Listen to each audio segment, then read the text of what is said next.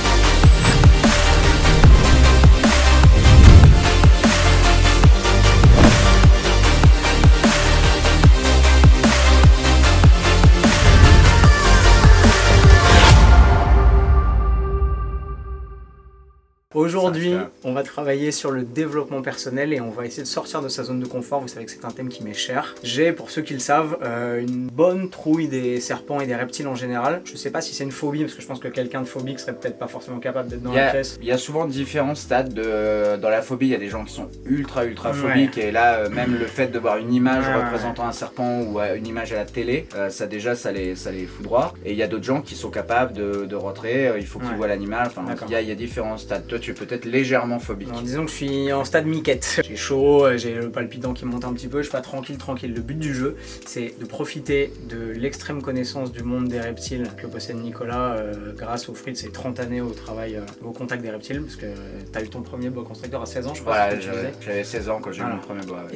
Et de bénéficier et de son savoir-faire et de son expertise pour se mettre dans un cadre qui est bienveillant et qui va me permettre de sortir de ma zone de confort sans prendre de risques, sans me faire becter potentiellement, et pouvoir appréhender ma peur qui est plus probablement une peur d'animal que je ne connais pas plutôt qu'une peur de rebut. Ça me dégoûte pas forcément, c'est plus parce que je connais pas ces animaux, que j'ai jamais été à leur contact, je connais rien sur eux, comme probablement c'est votre cas si vous pensez avoir une phobie des serpents ou des reptiles. Ce qu'on va essayer de faire, c'est d'être curieux, d'être ouvert d'esprit, de dépasser un peu ce blocage de ça me fait peur, j'ai pas envie de les toucher, et d'en apprendre plus sur ces animaux, de comprendre leur comportement, de savoir comment est-ce qu'ils interagissent avec nous, quelles sont les conduites à tenir, quelles sont les choses à pas faire, pour pouvoir travailler en bonne intelligence avec eux et pouvoir éventuellement les manipuler et vaincre un peu cette... Tu vas y arriver. Cette appréhension là. Voilà. Bon, maintenant je laisse la parole au pro. Je pense que ça va être un échange. On s'est appelé il y a une semaine et il m'a dit ouais, j'ai 5 minutes à t'accorder. On a passé 1h15 au téléphone. Vous allez le sentir dans la vidéo, mais Nicolas est un mec qui est passionné et ça se sent, et il travaille depuis des années pour la protection de la cause animale et il aime ça. En fait, ce qui est important, c'est de comprendre en fait ces animaux. La plupart du temps, les gens comme Antoine, quand ils ont une appréhension, c'est surtout parce que à la fois ils ne les connaissent pas et ils arrivent déjà avec des a priori négatifs. Malheureusement, les reptiles sont un peu les mal-aimés du monde animal et c'est un peu toujours ceux qui sont représentatifs du mal dans les dessins animés, dans les films, c'est toujours les méchants. À cause de ça, tu penses à cause de la Bible, à cause de... Oui, bien sûr, c'est ancré en nous depuis toujours. Tu vois rarement des méchants qui sont représentés par des lapins blancs super, voilà, tu vois. Ratigan. Il y a ça, il y a tous les films un petit peu sensationnels, ça a été le cas avec les requins, avec Jaws, voilà, tous les requins ou Anaconda, voilà, ce genre de bêtises. Donc plus toutes les légendes urbaines et tout ça. Au fait, c'est hyper simple, les reptiles, c'est des animaux comme les autres. Donc en fait, ils ont simplement peur de nous, peur des hommes, c'est normal puisque nous on est un prédateur pour eux et on peut potentiellement leur faire bien plus de mal que eux peuvent nous faire du mal, pour la plupart des animaux bien entendu. Donc en fait, la première des choses, c'est c'est de se mettre dans cet état d'esprit-là. De dire, voilà, c'est l'animal qui est en face qui va être effrayé et nous, on va être obligé de le rassurer. La mise en confiance commence par là, donc il faut soi-même être en confiance. Détends-toi. Vous sentez que je suis pas bien ou pas? Il transpire. Et donc, en fait, aujourd'hui, je vais défendre la cause de ces animaux qui sont géniaux, vraiment, et qui ne méritent pas toute la mauvaise presse qu'on leur fait. Parce que franchement, ils sont adorables. Moi, j'en manipule depuis des années. Et donc, il y a une manière de les approcher pour que, justement, ça se passe très bien et on les rassure. Et après, une fois qu'on a lancé le cercle de la confiance, en fait, tout va bien. Tous les animaux, que ce soit un cheval, un chien, voilà, il y a une façon d'aborder. Si on aborde un cheval de la mauvaise manière, il peut avoir peur de nous et avoir une réflexe de défense et mettre un coup de pied ou s'enfuir. Voilà, c'est des animaux, ils sont là pour survivre, donc ils ont ce réflexe de survie en fait, et qui peut parfois être une défense. Et en fait, je trouve, de mon expérience, parce que j'ai travaillé avec plein d'autres animaux que les reptiles, que c'est des animaux qui finalement sont pas si sur la défensive que ça. Il y a plein d'animaux qui sont même, plein de reptiles qui sont particulièrement assez vite à l'aise avec un humain. D'accord, ok. Voilà. Pour info, j'ai découvert le travail de Nicolas en tombant par hasard sur sa chaîne YouTube, sur une vidéo où il montrait comment attraper et détendre et calmer une espèce de serpent qui s'appelle le Pitch Office. Exactement, c'est une couleur, ouais. Je vais vous la mettre au montage. Il est en train de se dire que je vais probablement lui faire du mal et tout ça, donc il a peur. Donc voilà. Hop. Donc rappelez-vous, il n'y a pas d'animaux agressifs, il n'y a que des animaux qui ont peur. Après avoir vu ça, déjà, moi je me suis littéralement chié dessus, rien qu'en voyant le bruit du truc et l'attaque, etc. J'étais pas bien, j'étais en mode proie, vraiment. Vous savez, l'espèce de réflexe de flight or fight mechanism, j'étais en mode pétrifié. Et je me suis dit, après ça, pour aller mettre les mains dedans, l'attraper, le raisonner, le détendre, le désensibiliser, etc., faut extrêmement bien connaître ces bêtes et surtout être un passionné, parce que moi, s'il m'arrive le moindre truc comme ça, je pense que je sors de la pièce et je veux plus jamais en entendre parler.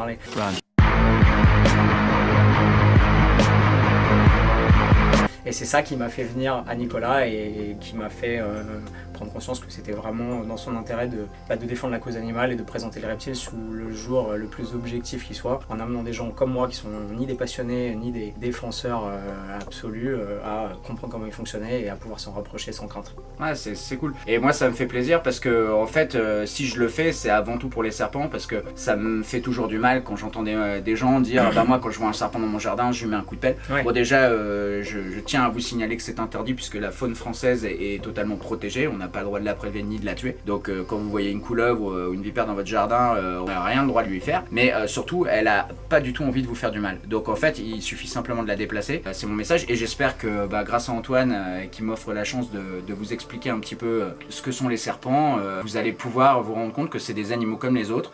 Et en fait que quand on les rassure, quand on les approche bien, en fait ça devient tes potes. Et moi c'est mes potes depuis 30 ans et je vis avec eux. Voilà, donc pour info, le seul contact que j'ai eu avec un vrai serpent dans la vraie vie, c'est à Kotao fin 2017. Je pense que vous l'aviez vu dans ma story sur Instagram. Oh putain, il est vivant. Oh sa mère, la taille du truc. Oh sa mère, la grosse pute. Oh putain. Est-ce que tu voudrais pas te casser que je puisse passer, s'il te plaît? Oui. Ah, il va me chiquer. Oui. Putain, regardez-moi ce truc. Oh, la taille du merdier, bordel. La tête est où? Oh. Quand en rentrant me coucher à 23h30 dans le noir sur la route, je suis tombé nez à nez avec pour toi c'est un gros serpent dans la nature?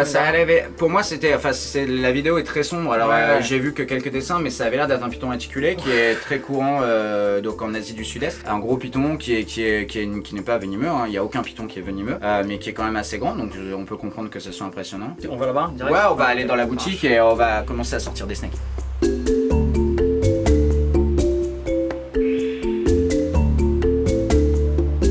Pétoche mes petits potes, je suis pas bien. J'ai chaud, je tousse, j'ai comme dans Nicky Larson les sueurs froides. On va essayer de pas se mettre en danger, de pas faire de la merde et de revenir en un seul morceau. J'en ai un ici, c'est un python ajus, c'est un python royal, c'est un petit python qui vit en Afrique de l'Ouest. Donc en fait, je vais tout expliquer au fur et à mesure. Donc là, ce qu'on va sortir, c'est un python qui est très courant en captivité parce qu'il est de petite taille. Il faut pas croire que tous les pythons sont gigantesques, hein. Souvent les gens pensent que tous les pythons sont énormes. En fait, pas du tout. Il y en a des très petits, il y en a qui font 60 cm de long en Australie par exemple. Et là, celui qu'on va voir, c'est le python royal. Il est très fréquent en captivité, il fait à peu près 1m20 de long, ce qui est une taille vraiment moyenne voire petite. C'est un serpent qui est plutôt craintif, donc en fait il a un mode de défense qui est plutôt passif, c'est-à-dire que quand il a peur, au lieu de se mettre en S et d'essayer de repousser son agresseur, en fait lui il va se mettre en boule. C'est pour ça que les Américains ils l'appellent ball python, et nous on l'appelle python royal en français. Donc en fait je vais en sortir un là. Alors vous allez voir au départ quand il a peur il va se mettre en boule. Alors celui-là il est un peu grand donc il est un peu plus vieux, c'est pas un bébé. En fait il va se mettre moins facilement en boule. Comme tous les animaux, quand on va vers un animal comme ça, plus on est en confiance, plus l'animal va être en confiance. Quand on a peur, en fait on transmet ça. On dégage certaines phéromones, on a des gestes qui sont pas sûrs et on a des gestes hésitants. Et que ce soit avec un serpent, avec un cheval, avec un chien, etc. Tous les gens qui ont peur des chiens, en général, c'est eux qui se font charger par les chiens. C'est classique. Lui, là, quand je vais aller vers lui, vous voyez, là, ce qu'il a fait, je sais pas si vous l'avez vu, il a rentré sa tête vite. Donc c'est lui qui a peur, là. C'est pas moi. Là, je vais être dans la phase de le rassurer. Donc en fait, quand on va chercher un animal, il faut y aller avec un mouvement décidé, pas trop rapide, pas trop lent et surtout pas hésitant. Parce que quand on hésite avec sa main comme ça, déjà on l'alerte et en fait on bouge un peu comme un prédateur qui voudrait l'attaquer. En général, un prédateur ça attaque jamais straight, ça va toujours un petit peu bouger de droite à gauche comme ça. Donc faut y aller droit et cool. Ça c'est ce que j'appelle la première étape de l'approche. En fait. Ensuite, il y a la prise en main. Donc en fait, ils détestent être pris par le dessus et qu'on les serre sur les côtés. Donc en général, moi je passe toujours en pelle par en dessous. Ensuite, quand je les ai en main, la troisième étape, c'est la sortie de l'état d'alerte. Souvent, quand ils sont en main comme ça, ils ont encore un peu peur. Donc en fait, ils peuvent être dans le speed. On va en voir certains qui bougent vite. Lui, il est prostré. Donc mon idée, ça va être de le faire sortir de son état de boule. Voilà. Et de le faire se détendre. À partir du moment où il va commencer à se détendre, il va commencer à sortir sa langue. Pourquoi il sort sa langue en fait? Alors, contrairement aux idées reçues, la langue ça ne pique pas. Des fois on entend les gens, ils piquent avec leur langue. Non, une langue ça pique pas. En fait, la langue chez les serpents, elle est bifide, c'est-à-dire elle est fourchue. Elle sert à prélever les molécules qu'il y a dans l'air, les molécules chimiques, et à les ramener vers des organes qui s'appellent les organes de Jacobson. C'est une sorte de super odorat. Donc en fait, il est capable de sentir s'il y a en face de lui une souris, un homme, un mur, un bout de bois, un autre partenaire, une femelle, un mâle, etc. Donc c'est une sorte de super odorat. Bien sûr, ils sentent, ils ont des narines. T'inquiète pas, Antoine, regarde, tu vois, il peut rien faire. En gros, c'est un peu l'histoire de l'éléphant qui a peur de la souris, quoi. En gros, un animal comme ça, il est totalement inoffensif pour l'homme. En fait, Antoine, il est juste en train de le découvrir. Faites pas des blagues, Antoine. C'est une mouche. C'est une mouche. Détends-toi. Donc tu vois, en fait, là, il commence à avoir moins peur de nous. Okay. Moi, là, je te cache pas que j'ai peur, je suis pas bien. Non, mais t'inquiète. S'il faut pas qu'il le sente, etc., c'est mal engagé. Non, là, moi, il est rassuré parce qu'il est dans mes mains. Non, c'est un fil. Le truc est tombé comme ça, j'ai complètement paniqué, ça a fait comme ça, j'ai fait... C'est comme dans l'épisode de South Park. Non, c'est une branche, mec. Là, on va commencer à le voir se détendre. Donc, musculairement, c'est des animaux qui sont très musclés. On va sentir qu'ils se décontractent, le serpent. Quand ils sont en panique, ils peuvent soit être immobiles, soit être très vifs. Donc, quand ils commencent à bouger tranquillement, c'est bon.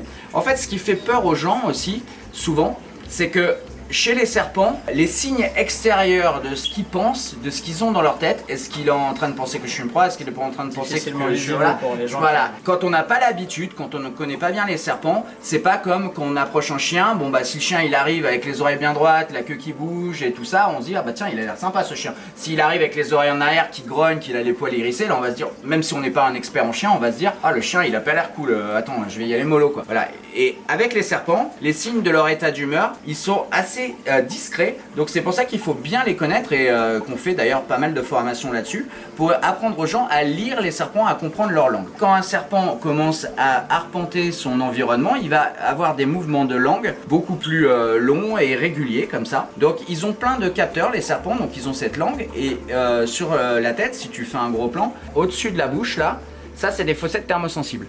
Donc ça leur permet d'avoir une sorte de vision thermique. À une température ambiante de 25 degrés à 48 cm, ils peuvent voir un rat en vision thermique, voilà. Donc en pleine nuit, ils peuvent voir la silhouette d'un mammifère d'un point de vue thermique. Ils sont totalement aptes à chasser la nuit. Complètement. D'ailleurs, ils sont plutôt crépusculaires et nocturnes. Okay. Ils voient très bien. Beaucoup de gens disent que les serpents sont aveugles souvent et tout. C'est faux, hein. Ils voient parfaitement bien. Si je fais un mouvement brusque, hop, il va le voir. Par contre, ils sont aussi capables, grâce à ces fossettes, de pouvoir percevoir les proies dans la nuit, dans le noir total. Parce que Tao, il t'avait complètement cramé. Oui, mais il avait reconnu la marque de mes claquettes avant que je le voie. Voilà, et puis après, bien sûr, ils entendent aussi, hein, ils sont pas complètement sourds. Ça, c'est une autre fausse idée sur les serpents, que les serpents sont sourds. En fait, ils n'entendent pas certaines fréquences. Mais par exemple, ils entendent la fréquence de ma voix. Ah, tu parles, ouais. Voilà, ils l'entendent. Est-ce que tu penses qu'ils la reconnaissent au fur et à mesure? Ah, ils peuvent la reconnaître, bien sûr. En tout cas, les serpents, j'en suis sûr. Et il y a d'autres animaux comme les varans, qu'on verra peut-être dans un autre épisode, on verra. Mais j'ai un varan qui est apprivoisé et il connaît ma voix, je l'appelle, il vient quoi. Non, il s'appelle Jonathan le varan. Ah, il s'appelle Tupac. T'es sûr que c'est quand tu l'appelles ou c'est quand tu l'appelles et que t'as un sandwich dans la main? Ah, les sandwichs, c'est pas son truc, lui, c'est des choléra. Donc voilà, donc en fait, maintenant, on va commencer à travailler sur la confiance d'Antoine. Alors attends, juste, qu'est-ce que je fais si, alors que je suis en train de le tenir comme ça, il rapproche sa tête de moi? En fait, là, il y a un danger, il peut avoir peur de ma tête en se disant que non, il peut se faire peur tout seul. Il peut se faire peur tout seul, mais en fait, surtout, il faut que tu penses à rester calme et à dire comme si tu étais un support. En fait, tu es un arbre. Le simple fait de rester immobile, il va grimper, hop, il va passer à côté, et il n'y a aucun problème. Donc, si tu bouges. Donc en fait, il faut rester calme. Si jamais il s'approche de ta tête comme ça, c'est pas grave. C'est pas grave, bien sûr. En fait, pas de... Non, il te prend pour un support. Donc en fait, là, c'est un tout petit serpent, donc il n'y a aucun problème. Donc déjà, ce qu'on va faire, c'est que tu vas commencer par toucher sa peau et le caresser gentiment, tu vois. Pour t'apercevoir que finalement c'est super doux, c'est hyper sec et c'est très musclé. Donc tu vas prendre le bout de la queue là par exemple, tu vois, très bien. Bah, tu vois, pour un gars qui était pas à l'aise, toujours deux points de contact, tu dis. Voilà, parce qu'en fait, il pourrait rester accroché, il pourrait s'accrocher avec sa queue, mais ça sera plus à l'aise pour lui si tu le tiens comme ça. Putain, vraiment changer mes mains. Ouais, c'est pas mal, tu vois. Détends-toi. C'est incroyable. Donc voilà, en fait là on risque absolument rien. Que tu t'étais habillé en camouflage pour vraiment faire. Ouais, il avait fait l'effet jungle. Non mais je me camoufle du serpent. Voilà, donc en fait, après, quand on commence à les caresser et tout ça, en fait, ils commencent à se détendre. Tu leur fais jamais de bisous, hein? Comme un chien, non, bah, ça sert pas à grand chose. C'est pour nous les bisous, mais en fait, surtout j'essaie de les manipuler à la cool, mais par contre ils aiment bien quand tu les touches et ça les détend en fait. T'as les mains sèches, le fait de les caresser, tout ça, ouais. J'ai les mains d'une moiteur, j'ai jamais ressenti ça. Donc en fait, les serpents sont pas gluants. Et il y a l'autre grosse légende urbaine qu'on entend très souvent au niveau des serpents, c'est les serpents, c'est froid. C'est pas du tout froid. En fait, c'est pas froid. Quel est le principe? Pourquoi les gens ont dit oui, les serpents sont à sang froid? Parce qu'ils sont ectothermes. Voilà, c'est une mauvaise expression. C'est-à-dire qu'en fait, nous les mammifères, on est ce qu'on appelle endothermes. C'est-à-dire qu'on produit notre propre chaleur. C'est-à-dire que quelle que soit la température de cette pièce, mon corps il va être à 37 degrés. Eux, les ectothermes, ils sont pas capables de produire leur propre chaleur. Ils vont chercher de la chaleur à l'extérieur par les rayons du soleil, une pierre chaude, voilà, d'autres sources d'infrarouge. Et pour pouvoir chauffer leur corps, mais ils ont besoin que leur corps soit à une certaine température, qu'on appelle la température moyenne préférentielle, pour pouvoir fonctionner correctement. Nous, la température de notre corps, elle est stable. Eux, la température de leur corps, elle est variable. On appelle ça poikilotherme. C'est pour ça qu'ils peuvent s'adapter. Et si, par exemple, la saison n'est pas bonne pour la nourriture, ils peuvent baisser la température de leur corps et se passer de nourriture pendant toute une période de très longue qui peut aller jusqu'à plusieurs mois. Donc c'est une véritable adaptation et c'est pour ça qu'ils arrivent à vivre dans des endroits où certains mammifères ne peuvent pas vivre. C'est normal que je me fasse des films là, que je suis en train de me dire s'il se retourne et qu'il me mord l'avant-bras, qu'est-ce que je fais? Non mais il fera jamais ça parce qu'en fait il est... Là il veut choper Clément. Il est bien habitué et surtout un serpent ça n'a pas de réflexion méchante, de choses sournoises. Un serpent ça peut vous mordre que pour deux seules raisons. Soit parce qu'il a peur de vous et il se défend comme un chien, comme un chat, comme un cheval, comme n'importe quoi. Soit parce qu'il vous prend pour de la nourriture, c'est-à-dire que nous on les nourrit dans les terrariums, donc quand on ouvre le terrarium on le prévient que ce qui rentre dans le terrarium c'est pas de la nourriture, c'est notre main. Ça tu t'en sors plutôt pas mal. Je suis en train de tenir à pleine main un python royal. J'ai 30 ans, j'aurais jamais pensé faire un truc pareil. Ah ouais, c'est étonnant. Ah bah regarde, t'es arrivé, t'avais vraiment la flip et là c'est cool quoi. C'est étonnant. Non voilà, et ce qu'il faut comprendre c'est qu'il y a pas raison d'avoir peur, en toute sincérité quoi. force que ça. T'as pas les mains moites là? Si. J'ai les mains, c'est des cascades. C'est mon corps qui est moite.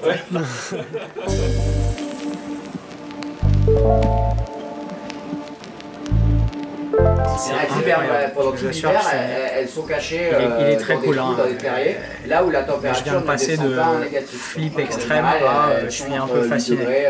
Après, je dis ça se trouve, je vais me faire becter et je ne voudrais plus le toucher. Mais pour l'instant, ça va, je suis plutôt en confiance. Ne fais pas de gestes brusques, tu fais pas un chabit de la... En plus, il a 2 bits. Alors, vous me demandez comment on faisait. Il aime pas trop Nicolas, je crois, il kiffe pas. T'inquiète pas. Ok. Il me demandait tout à l'heure comment on sexait les serpents. Donc, en fait, ici, c'est le cloaque. C'est pas moi qui C'est par là qu'il faut leurs besoins et c'est par là qu'ils se reproduisent. Donc, les hémipénis, les deux pénis, ils sont là. Ils sont rangés là sur les côtés. Tu penses que toucher le pénis, c'est une bonne idée là? Ouais, ça décontracte toujours de se faire toucher le pénis. Par un inconnu comme ça au bout de. Ouais, ça dépend pas si, ouais. Quand c'est pas un vieux monsieur, c'est un peu flippant. Tu vas te faire démotiser sur C'est incroyable. C'est cool, hein, n'empêche comme. Voilà. Et vous voyez, en fait, c'est. Franchement, il y a plein. Moi, je connais plein de chiens domestiques. Chez des potes, tu les caresses pas comme ça. Hein. Enfin, je veux dire, il faut que le chien, tu y ailles 50 fois pour qu'il te connaisse, sinon il t'explose. Mon dos est une piscine. Bon, en tout cas, c'est super bien pour une première. On va en sortir un autre pour avoir d'autres comportements. Bien sûr. On va passer à des serpents plus petits et plus speed. À savoir que je pense que les gens ont peur de certains serpents parce qu'ils ont une tête qui est. Voilà, des fois, ça peut être la tête qui effraie les gens. T'as pas envie de leur faire des câlins. Des fois. Moi j'ai toujours envie de leur faire des cas. Mais des fois c'est la couleur aussi. Donc on va en prendre un qui est plutôt vif en couleur et qui mimétise un serpent qui est venimeux alors qu'il ne l'est pas.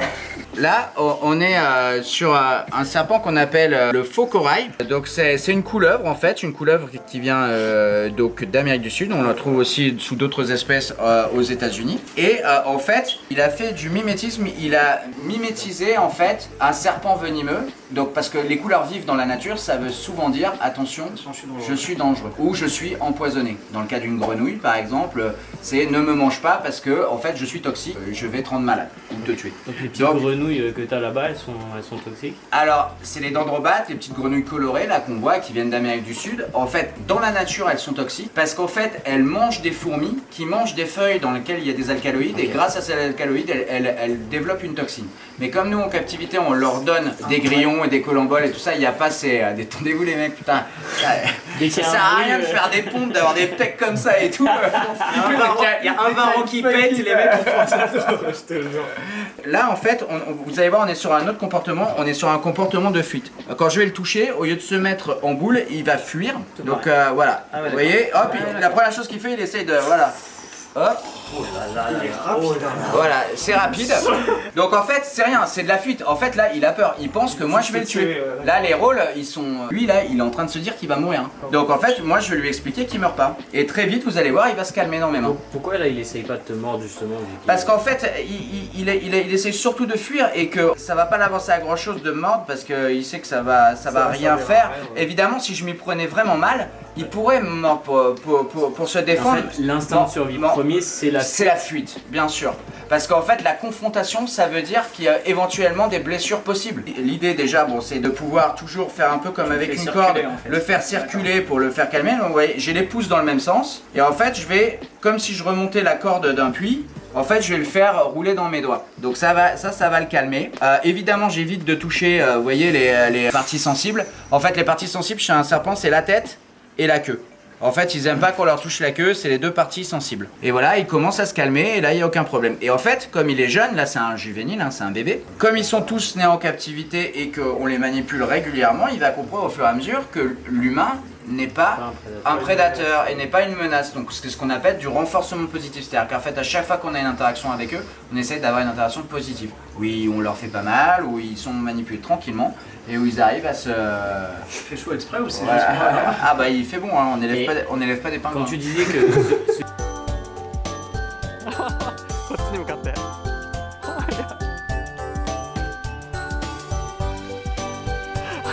Ouais, bien sûr, tu vas le prendre. Ouais, bien sûr. Alors en fait, il faut que tu aies les mains ouvertes, voilà, et tu le fais passer d'une main à l'autre, un peu comme si tu remontais une corde, et tu as toujours tes pouces qui sont ouverts au-dessus, et si jamais il va trop vite et qu'il vraiment il t'échappe, tu refermes ton pouce sur le dos pour le freiner en Je le fait. chope. Okay. Voilà, exactement. Voilà, Tu t'en sors bien. Alors, il t'en sort bien parce qu'il va dans le sens de la caméra. S'il vient vers ma tête, je pense que ça va être un autre caramel, mais j'ai l'impression d'être sur un Stairmaster, tu sais, genre il monte. Oh la force, c'est incroyable. Vraiment? T'imagines pas la force que ça a. Là, je fais rien, il se... En fait, c'est que du muscle, hein, en fait. Et en plus, c'est des serpents qui sont constricteurs. Dans la vie, il y a deux sortes de serpents. Les serpents qui sont venimeux, ils mordent leur proie, ils injectent du venin pour la neutraliser. Donc ça, c'est toute la partie des serpents venimeux, tout ce qui est crotal, vipère, élapidés, les mambas, etc., les najas, les cobras, etc. Et après, on a les couleuvres, les pitons et les boas, qui eux sont des constricteurs, c'est-à-dire qu'en fait, ils attrapent leur proie grâce à leurs dents, la mordant, et dans le même temps, ils font une constriction. Ça, une constriction, c'est quoi? Ils s'enroulent autour, et grâce à leur force musculaire, ils vont serrer la proie, et ils vont provoquer un arrêt cardiaque par l'arrêt de la circulation sanguine en fait. Tu mets sa tête sur le rebord là, et tu descends le corps vers le bas. Descends ta main pour qu'il grimpe. Voilà, tout simplement. Bravo. Celui-là, j'étais chaud pour le manipuler, mais. Bah, on va en prendre un autre si tu veux. Il avait l'air gentil, lui. Ça, c'est un bon truc à filmer, il avait l'air gentil, parce qu'en fait, tout est dans ta tête. Je te jure que si tu te dis que ce serpent c'est ton pote, ça sera ton pote. Et j'ai déjà fait le test avec des potes qui venaient chez moi, j'avais des serpents qui étaient assez chauds, assez nerveux, et ils me disaient, ah, celui-là je peux le prendre? Ouais, il n'y a pas de problème, lui il est hyper cool. Le mec il y allait super cash, le serpent il était 10 fois plus cool qu'avec moi. Tu essaies de le prendre? Tu viens? Je pourrais jamais faire ça.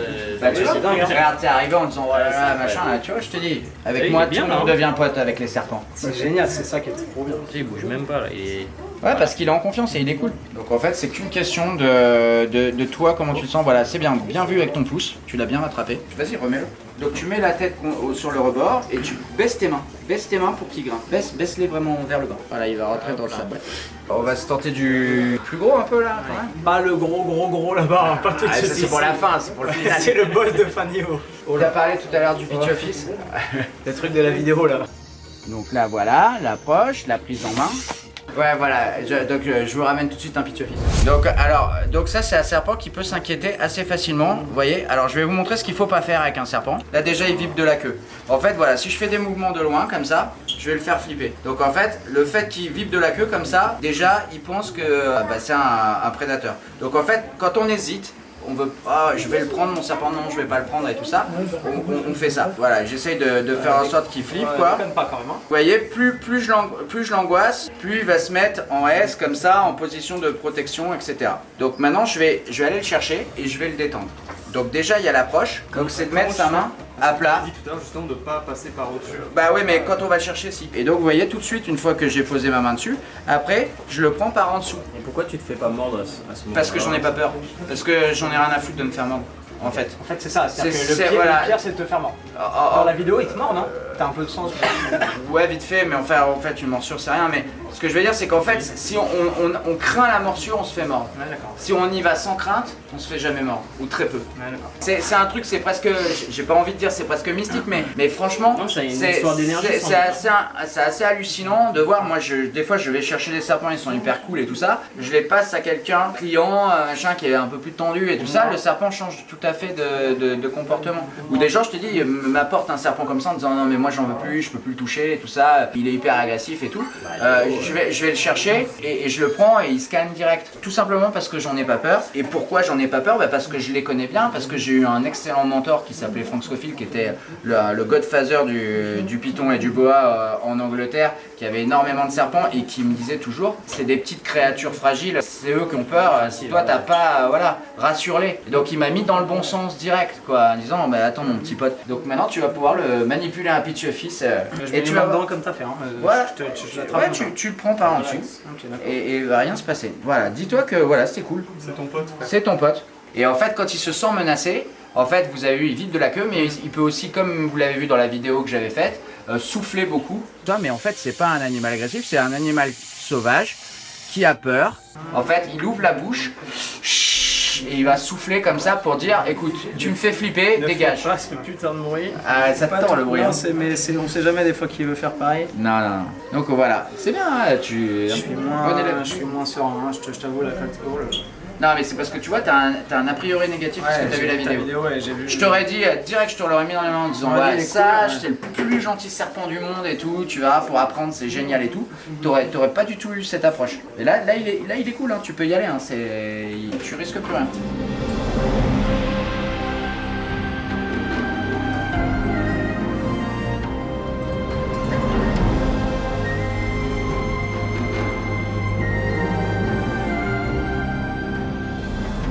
Un peu peur quand ça se tend, hein, t'as vu parce que t'as l'impression que ça tu te dis oh là, bof, je l'ai froissé là. Non, pas du tout, en fait, là il essaie juste de se dépatouiller, comme s'il était dans des branches. C'est pas... Hein ouais. Je préférais celui d'avant, non? C'est un peu plus... Tu te dis si c'est pas son jour... Peut-être le laisser rentrer là. Ouais, tu peux, ouais. Hop. Ouais, voilà, très bien. Ça s'arrête un peu, non? Ouais, t'es en suspens. Non, mais en tout cas, les gars, c'est bien parce que je sais que ça vous demande beaucoup d'énergie de le faire et tout ça. Et c'est cool que vous le fassiez. Et vous voyez, ça se passe super bien. Je vais ramener celui-là. Allez, boss de fin de niveau.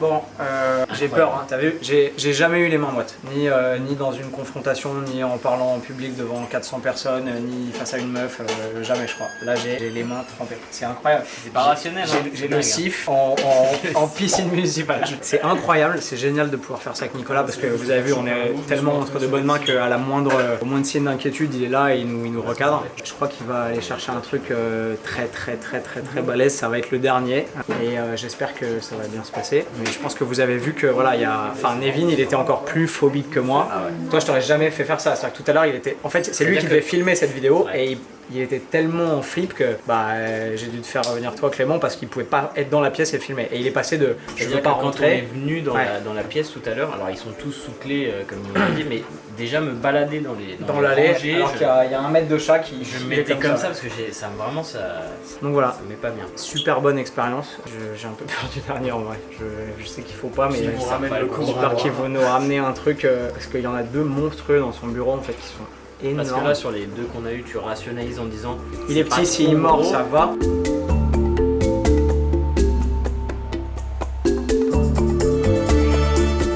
Ça c'est la mue. Ça c'est une mue, ouais. Donc là en fait c'est un python qui est très rare qui s'appelle le python noir, le python de Bolène, Simalia boeleni. On le trouve que en Indonésie, en Nouvelle-Guinée-Papouasie. Il vit entre 1000 et 2000 mètres, c'est assez unique. Donc en fait c'est une femelle qui a 9 ans que j'ai eu toute petite. Et donc vous voyez là, elle voit que je suis là et donc elle s'approche de la porte parce qu'en fait elle se dit que ça peut peut-être être de la nourriture. Comme là elle se met en S, en fait c'est parce qu'elle pense peut-être que je vais lui donner à manger. Donc en fait j'utilise ce crochet pour simplement la prévenir et lui dire non ma belle, voilà, ça va pas être de la bouffe. Pas des knackis, c'est des doigts. C'est ton papa qui vient. Oh putain. Voilà. Attends, moi non plus. Et là en fait elle a compris. Elle m'a senti, elle sait que c'est moi. Et vous voyez, j'y vais toujours par en dessous. Et là, je vais la soulever et je vais la sortir, tranquillos. T'as vu, elle réagit pas comme sa mère là. Voilà. Ça a l'air d'être vraiment cool. Elle est super zen. Ouais. Il faut simplement, en fait, que je la prévienne qu'il va pas y avoir distribution de nourriture. Parce que des fois, quand je la nourris, évidemment, je touche la porte. Donc la vibration de la porte, pour elle, c'est un peu la cloche du déjeuner. Salut les mecs!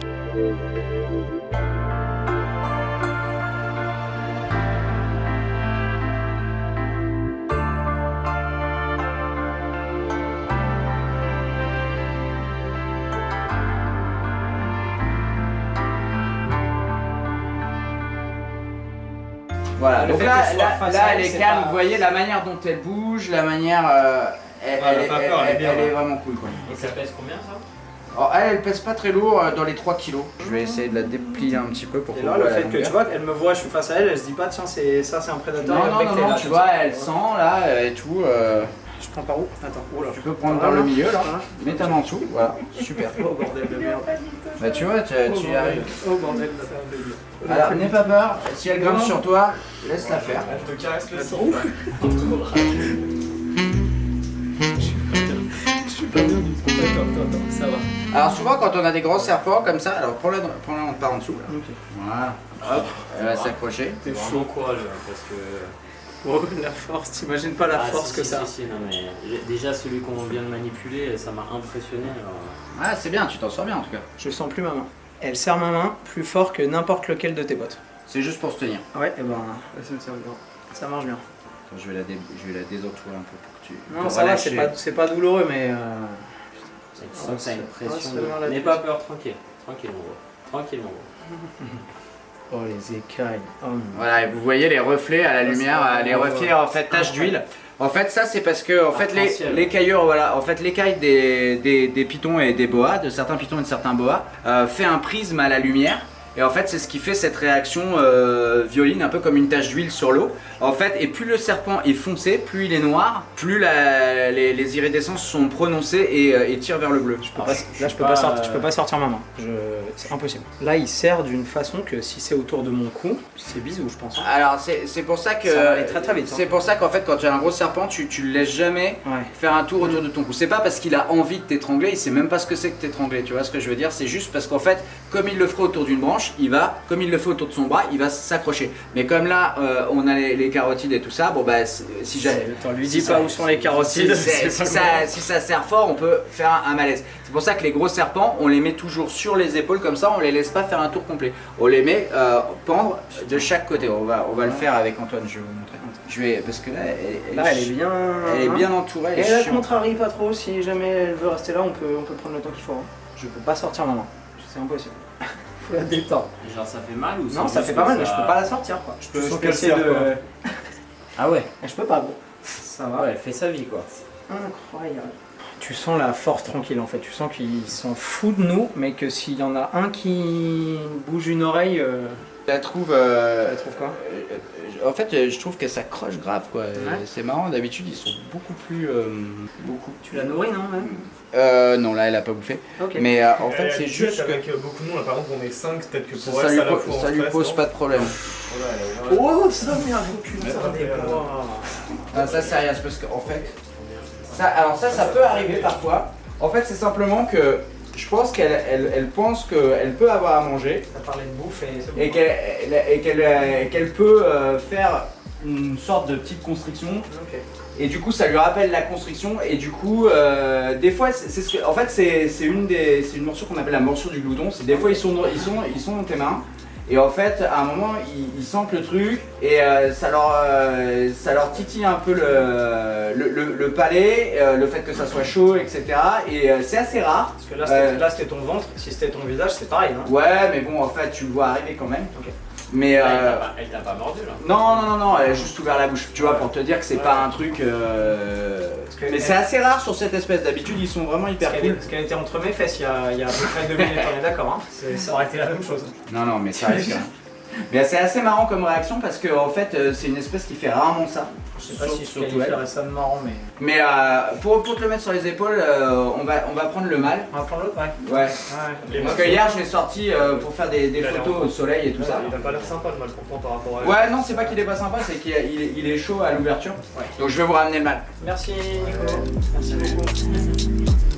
Là, vous avez vu ce qui s'est passé. Nico dit que ça arrive jamais, c'est probablement pas le cas. Je pense que ça aurait été sur moi quand je l'avais dans la main comme ça et il s'est mis à ouvrir la bouche. Enfin, tout seul, je pense que j'aurais paniqué. Là, qu'il soit là, il aurait pu le prendre, etc. Mais t'as vu la force que ça avait dans la main? T'as vu qu'il était dessus? Moi, j'étais comme ça, essayer de sortir ma main. Le truc fait quoi? Il a dit 3 kilos. 3 kilos, ça a plus de force préhensible qu'un mec de 70, quoi. C'est hallucinant. C'est génial. Je suis content que ce soit pas sur mon front qu'il ait fait son truc de glouton là, parce que.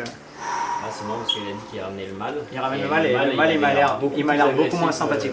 Il a dit il est chaud pour le sortir. Ouais. Mais bon, voilà, pas d'a priori. C'est pas agressif, c'est juste notre. Je fais pleinement confiance à Nicolas et à ses compétences. Il va le chercher, c'est qu'il juge qu'il n'y a pas de danger. Donc je suis entre les mains d'un professionnel et ça va bien se passer. T'en as touché aucun toi? Ça te branche pas, non? Si. Si, mais non. Après Faut voir. Peut-être le celui-là, je peux peut-être me chauffer, mais. Donc là, en fait, c'est complètement différent au niveau du. Elle avait vraiment la donne, tu vois. Tu veux que j'essaie de l'attraper aussi? Alors là, je vais pouvoir le mettre sur tes épaules. Ouais, ok. Je donne les mains? Ouais, voilà. Hop, et la queue ici. Ok. Oh putain. Oh, ça. Ok, ça ne fait rien du tout. Voilà, et vous voyez, c'est super doux en fait comme animal. Qu'est-ce qu'ils ont? Et tu vois, il est beaucoup plus détendu au niveau musculaire et tout ça, tu vois, il est plus, tu sais, à bouger, tout ça. L'autre, elle était vraiment dans le délire, tu vois, elle constrictait et tout, un peu. Non mais après, je peux vous en tirer bien les gars, hein, quand même. Là, mine de rien, on est sur des bêtes qui sont grandes. Hein. Et vous voyez, en fait, ils ont vraiment aucune... Il n'y a aucune mauvaise intention chez ces animaux-là. N'empêche que quand il a ouvert la bouche, il a fait tomber les pommes. Je sais pas bien, ouais, j'avoue. Non mais ça n'arrive quasiment jamais. En fait, c'est vraiment le troisième type de morsure. En fait, c'est la morsure du glouton, c'est le truc, en fait, il sent un truc chaud, il se dit attends, c'est peut-être de la bouffe, je vais peut-être tester, tu vois, enfin voilà. Mais c'est très très rare. En fait, ce que vous avez eu, c'est une image super rare. Bon bah, on est des privilégiés. Ouais, une privilégiée, mais sinon, vous voyez, ça se passe vraiment nickel quoi. Les écailles, c'est incroyable. Viens le toucher aussi. Hein. Je l'avais, touche la kine. Tu vas voir, touche, c'est super doux. C'est marrant, tu vois, parce que la tête, elle est pas vers moi. Ouais, il y a que quand la tête revient vraiment vers toi que c'est pas. Parce que là, on est d'accord. Là, il est vraiment détendu. Ouais, on est d'accord que ce qui s'est passé tout à l'heure, si c'était sur moi, j'aurais paniqué complet. Hein. Ah, t'aurais peut-être paniqué, mais moi je t'aurais aidé direct. Parce que tu l'aurais vu, mais moi j'aurais pas vu arriver, il m'aurait mordu, j'aurais fait d'accord. C'est une douceur. Là, c'est incroyable. J'ai jamais touché un truc aussi doux. C'est incroyable. Bon mes soldats, je pense que nous allons arrêter ici cette vidéo. Merci infiniment de l'avoir suivi. Nicolas, merci. Voilà. Vous voyez le professionnalisme de Nicolas, j'étais en gros stress et voilà, il n'y avait pas de lui, il n'y avait pas d'Antoine. J'ai le plus gros serpent de la boutique entre les mains et ça a l'air d'être mon pote. Exactement. Merci infiniment d'avoir suivi cette vidéo. Si ça vous a plu, si vous voulez qu'on en refasse, si vous êtes curieux de me voir travailler sur d'autres phobies, d'autres types de stress, d'autres types d'appréhension, dites-le nous dans les commentaires. Je vous encourage à aller voir et à aller vous abonner à la chaîne de Nicolas qui s'appelle Reptiline, comme le magasin ici à Gazeran. Ce sera avec plaisir. Et si ça vous intéresse de vous frotter aussi à vos appréhensions et aux choses que vous ne connaissez pas, à venir dans le magasin et à pouvoir venir au contact de ces animaux, profiter de l'expertise de Nico et vous former vous aussi à sortir un peu de votre zone de confort et à grandir. Merci à tous. À bientôt. Ciao ciao. Pouce. Bon, je pense que ça mérite un gros pouce bleu et n'hésitez pas à nous dire en commentaire si vous avez aimé cette vidéo. Pouce bleu pour Antoine en tout cas. Merci Nicolas.